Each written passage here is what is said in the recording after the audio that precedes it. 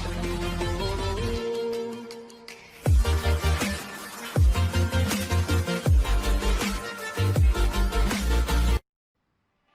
علیکم دوستوں، میں ہوں زیشا اور آپ دیکھ رہے ہیں چینل ud5۔ آج ہم بات کریں گے ڈیئر یعنی ریچھ کے بارے میں۔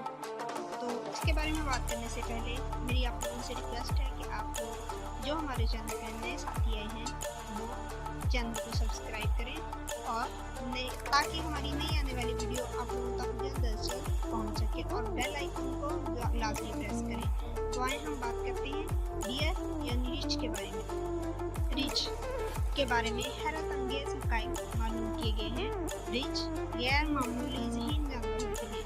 ان کے پاس انسانوں کے مقابلے میں کہیں زیادہ اعلیٰ نیویگیشن کی مہارت ہے، عمدہ یادیں، جسم کے تناسب سے بڑا دماغ، اور کھیل سے لے کر شکار تک مختلف سیاق و سباق میں اوزار استعمال کرتے ہیں۔ ریچھ دوسرے جانوروں کے لیے گہرا غم کرتا ہے، کب اپنی موت سے جدا ہونے پر آہوزاری کرنے اور رونے کے لیے جانے جاتے ہیں۔ اگر ان کی ماں کو شکاریوں کے ذریعے مار دیا جاتا ہے تو یہ ہفتوں تک اپنا غم مناتے ہیں۔ ریچھوں میں خوشبو، نظر اور سماعت کے بہترین حواس ہیں۔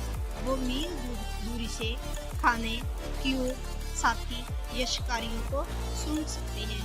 ان کی بڑی نگاہیں انہیں یہ پتہ لگانے کی اجازت دیتی ہیں کہ کب پھل پک جاتے ہیں۔ ایشٹک ریچھ کی کچھ پرجاتیوں میں درختوں میں گھونسلے بناتے ہیں اور وہ انہیں چھپانے، کھانے اور یہاں تک کہ نیند کے لیے بھی استعمال کرتے ہیں۔ ریچھ اپنے خاندان کے ممبروں کی گہری دیکھ بھال کرتے ہیں۔ وہ اپنی جان کو خطرے میں ڈالیں گے اور یہاں تک کہ موت کا مقابلہ کریں گے تاکہ ایک بچی یا بہن بھائی کو خطرے سے بچایا جا سکے۔ ریچھ اور انسانی ثقافت۔ بہت سی ابتدائی تہذیبوں کی ثقافتوں میں ریچھوں کا مقصد تنظیم کیا جاتا ہے کہ انہیں طاقت اور محبت کی علامت کے طور پر دیکھا جاتا ہے۔ وائکنگز اور سیلٹس میں ریچھوں کی طاقت، حفاظت اور صلاحیت کے بارے میں بہت سی داستانیں ہیں۔ ریچھ روس اور سابقہ USSR اور جرمنی کے لیے ایک مشترکہ قومی شخصیت ہے۔